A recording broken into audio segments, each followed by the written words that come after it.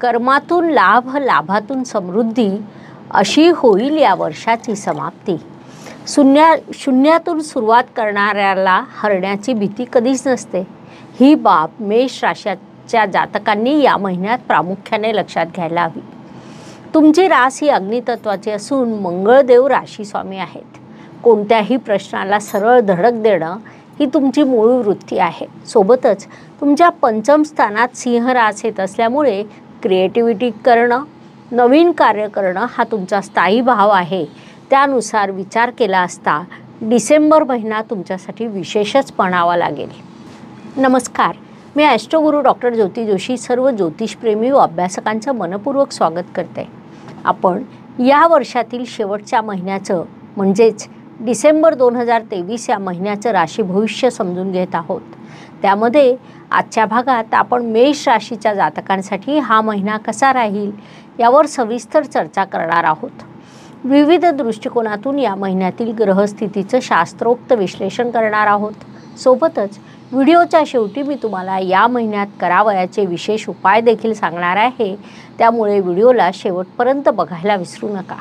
अजून एक अत्यंत महत्त्वाची बाब म्हणजे विविध दृष्टीने हा महिना तुमच्यासाठी कसा असेल हे आम्ही नेहमीच खूप सविस्तरपणे सांगत असतो. त्यानुसार या महिन्यात तुम्हाला काय अनुभव आलेत हे तुम्ही कमेंटद्वारे आमच्यापर्यंत पोहोचवू शकता, जेणेकरून आमच्या या मार्गदर्शनाचा तुम्हाला लाभ होत आहे ही बाब आमच्यापर्यंत पोहोचू शकेल.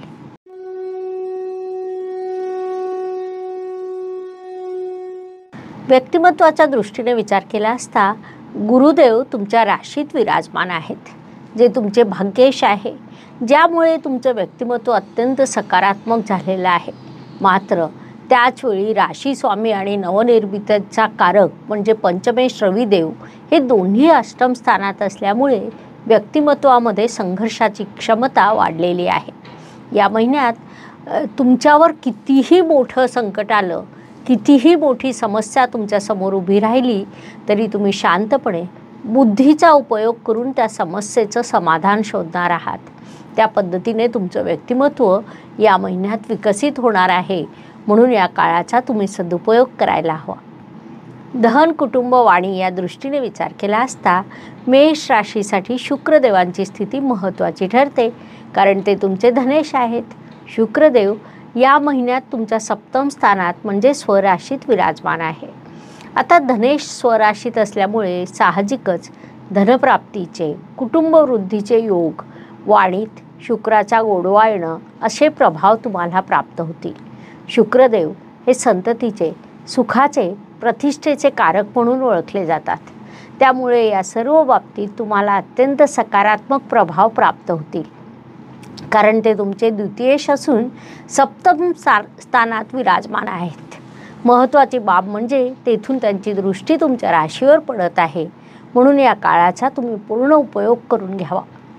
पराक्रम व परिश्रम या दृष्टीने विचार केला असता मेष राशीसाठी बुधदेवाचं गोचर महत्त्वाचे ठरतं, कारण ते तुमचे तृतीयेश आहेत. बुधदेव महिन्याच्या सुरुवातीला धनु राशीत म्हणजे तुमच्या भाग्यस्थानात विराजमान असून तेथून त्यांची दृष्टी तृतीय स्थानावर आहे. त्यामुळे त्यांच्यापासून तुम्हाला अत्यंत सकारात्मक परिणाम प्राप्त होतील. मात्र 28 डिसेंबर रोजी ते वृश्चिक राशीत म्हणजे तुमच्या अष्टम स्थानात जातील. तिथे नोकरीच्या संदर्भात काहीतरी प्रश्न निर्माण करतील किंवा पराक्रम, परिश्रम कमी पडल्यामुळे नोकरीच्या ठिकाणी प्रश्न निर्माण होतील असं देखील आपण म्हणू शकतो. म्हणून त्या दृष्टीने तुम्ही योग्य ती काळजी घ्या असा सल्ला तुम्हाला देण्यात येत आहे. वास्तू, वाहन, जमीन, सुखशांती या सर्व दृष्टीने विचार केला असता मेष राशीसाठी हा महिना सुखशांतीचा अजिबात म्हणता येणार नाही. रोज नवीन प्रश्न, रोज नवीन समस्या सोबत घेऊन हा महिना तुमच्यासाठी येत आहे. मात्र त्या समस्यामधून शांतपणे मार्ग काढत तुम्ही प्रगती करणार आहात. किंबहुना एखाद्या दिवशी जर काही घडलं नाही तर तुम्हाला प्रश्न पडेल, आज काहीच कसं घडलं नाही. अशा सर्व पद्धतीने तुमची वाटचाल असेल. मात्र कर्तृत्व हे जबरदस्त असेल. या महिन्यात कर्तृत्वाची झालेली सुरुवात ही तुमच्यासाठी येणाऱ्या नववर्षाची सुरुवात सोनेरी करणार आहे. ही बाब तुम्ही लक्षात घ्या. शिक्षण, संतती, प्रणय या दृष्टीने विचार केला असता या महिन्यात मेष जातकांनी प्रेमाच्या बाबतीत थोडं सावध राहावं असा सल्ला तुम्हाला देण्यात येत आहे. महिन्याच्या पहिल्या 15 तुमच्यासाठी बऱ्यापैकी फसवणुकीचे योग निर्माण होत आहेत, कारण तुमचे पंचमेश रविदेव अष्टम स्थानात गेलेले आहेत. 16 तारखेला ते धनु राशीत प्रवेश करतील, म्हणजे खर मासाचा आरंभ देखील तेथून होत असतो. आता खर मास हा स्वतंत्र अभ्यासाचा विषय आहे. त्यावर आपला एक स्वतंत्र व्हिडिओ याच चॅनलवर उपलब्ध देखील आहे. शैक्षणिक दृष्टीने विचार केला असता तुम्ही जर फार्मसी क्षेत्रात असाल तर हा महिना तुमच्यासाठी विशेष यशदायक आहे असं आपण म्हणू शकतो. मात्र जर तुम्ही इलेक्ट्रॉनिक्स, इलेक्ट्रिकल्स सारख्या क्षेत्रात शिक्षण घेत असाल तर तुम्हाला थोडे अधिक परिश्रम करावे लागतील, परंतु यश नक्कीच प्राप्त होईल ही बाब लक्षात घ्या. आरोग्य, कर्ज, स्पर्धक, हितशत्रू या सर्व दृष्टीने विचार केला असता मेष जातक या महिन्यात अतिपरिश्रमातून थकू शकतात, किंबहुना सर्दी खोकल्यासारखे आजार होताना देखील दिसत आहेत. त्यामुळे स्वतःची काळजी घेणं, योग्य वेळी आराम करणं या गोष्टी तुमच्यासाठी अत्यंत आवश्यक आहे. त्याचबरोबर योग, प्राणायाम, ध्यानधारणा या गोष्टी देखील तितक्याच आवश्यक आहेत, कारण तुमचं कार्य सातत्याने सुरूच असतं. मानवी शरीराला कामासोबत आरामाचीही गरज असते. हितशत्रूंच्या कारवाया सुरू राहतील, स्पर्धक बलशाली होतील, अर्थात या सर्वांचा तुम्हाला त्रास होईल. म्हणून या दृष्टीने तुम्ही स्वतःची योग्य ती काळजी घ्या असा सल्ला तुम्हाला देण्यात येत आहे. नोकरी व व्यवसाय या दृष्टीने विचार केला असता नोकरी करणाऱ्या मेष जातकांचं या महिन्यात कामातून थोडं दुर्लक्ष होईल आणि त्यातून तुम्हाला थोडासा त्रास होण्याची शक्यता नाकारता येणार नाही. म्हणून नोकरी करणाऱ्या मेष जातकांनी आपल्या कामाकडे विशेष लक्ष द्यावं. तर व्यावसायिक जातकांसाठी हा महिना मोठ्या प्रगतीचा राहील. प्रगतीतून यशाच्या देखील आहे. व्यवसाय वृद्धीच्या, लाभाच्या संधी तुम्हाला प्राप्त होणार आहेत. म्हणून या काळाचा पुरेपूर उपयोग करून घ्यायला हवा. भाग्य व शुभसंकेत या दृष्टीने विचार केला असता मेष राशीसाठी हा महिना अनेक शुभसंकेतांनी भरलेला आहे. त्यामध्ये प्रामुख्याने सांगायचं झाल्यास भाग्येश राशीत असणं हा अत्यंत मोठा शुभसंकेत म्हणता येईल. याशिवाय सप्तमेश सप्तमात असणं हा देखील मोठा शुभसंकेत आहे. राशी स्वामी अष्टमात जरी असला तरी एकतर तो तिथे पंचमेशासह आहे. महत्त्वाची बाब म्हणजे त्याची स्वरास तिथे आहे. त्यामुळे संघर्षानंतर यशाची ही नांदी ठरेल. याशिवाय लाभेश लाभात असणं हा देखील एक मोठा शुभसंकेत आहे. या सर्व शुभसंकेताचे तुम्हाला अत्यंत शुभ परिणाम प्राप्त होणार आहे. म्हणून या काळाचा सदुपयोग करा. कर्माच्या दृष्टीने विचार केला असता मेष राशीसाठी शनिदेवांची स्थिती महत्त्वाची ठरते, कारण ते तुमचे कर्मेश आहेत. शनिदेव या काळात तुमच्या लाभस्थानात विराजमान आहे. त्यामुळे कर्मातून लाभ आणि लाभातून समृद्धी अशी दिशा त्यातून निर्माण होते, जी तुमच्यासाठी निश्चितच मोठी लाभदायक म्हणता येईल. लाभाच्या दृष्टीने विचार केला असता मेष राशीसाठी पुन्हा शनिदेवांची स्थिती महत्त्वाची ठरते, कारण ते तुमचे लाभेश देखील आहेत. आधी सांगितल्याप्रमाणे शनिदेव या काळात तुमच्या लाभस्थानात विराजमान आहे, ज्यामुळे लाभेश लाभस्थानात ही स्थिती निर्माण झालेली असून जी अत्यंत शुभदायक, लाभदायक मानली जाते. लाभस्थानातून त्यांची दृष्टी तुमच्या राशीवर पडत आहे. विशेष बाब म्हणजे राशीत विराजमान असलेल्या भाग्येशावरही त्यांची दृष्टी पडत आहे. लाभाचे अनेक योग तुमच्यासाठी निर्माण होतील. त्याहून विशेष बाब म्हणजे तुमच्या राशी स्वामीवर देखील शनिदेवांची दृष्टी आहे. एकंदरीत लाभाचे भरपूर योग तुमच्यासाठी निर्माण होत आहे. म्हणून या काळाचा पुरेपूर उपयोग करून घ्यावा, जेणेकरून जास्तीत जास्त लाभ तुमच्या पदरात पडू शकेल. व्यय व परदेश गमन या दृष्टीने विचार केला असता मेष जातकांसाठी हा महिना अचानक अनपेक्षित खर्चाचा आहे. काही खर्च हे हॉस्पिटलचे दिसत असले तरी इतर अनेक खर्च हे सकारात्मक आहेत. शिक्षण, नोकरी किंवा व्यवसायासाठी तुम्ही प्रवास कराल. त्या प्रवासातून तुम्हाला लाभ होईल. प्रवासातून तुमचं व्यक्तिमत्व विकसित होईल. विशेष बाब म्हणजे या महिन्यात तुम्ही दान करताना देखील दिसत आहात. दान करणं हे मानवी आयुष्यात अत्यंत आवश्यक असतं. त्यातून दीर्घकालीन लाभ प्राप्त होतात, म्हणून त्यावर देखील तुमचा खर्च होताना दिसत आहे.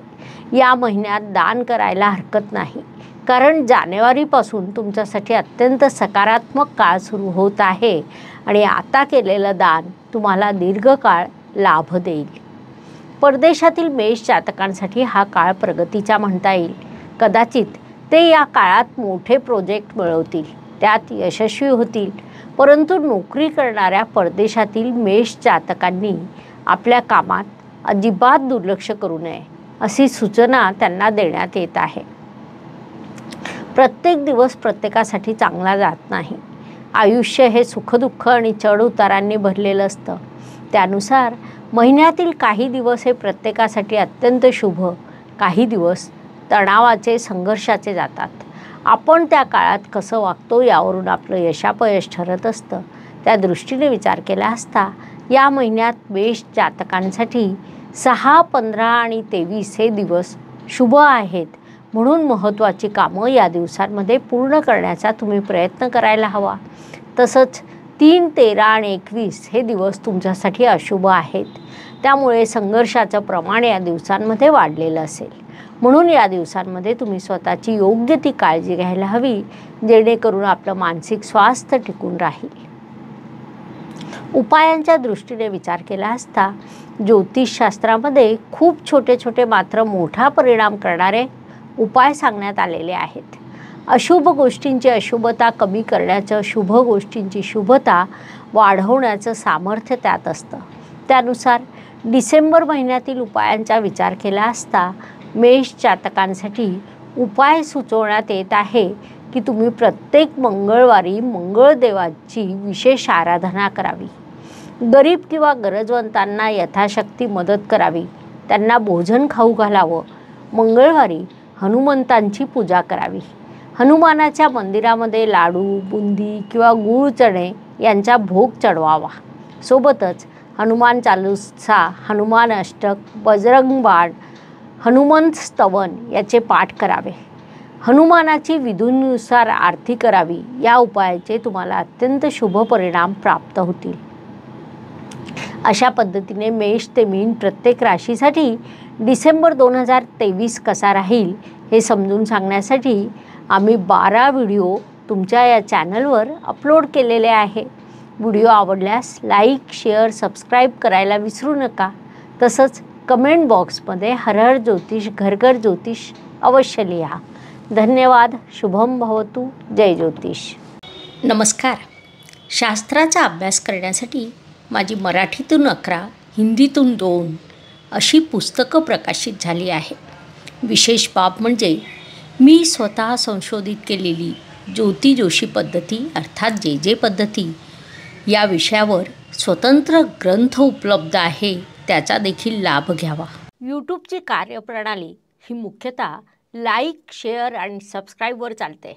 Please like, share and subscribe the channel. धन्यवाद. शुभम भवतु. जय ज्योतिष.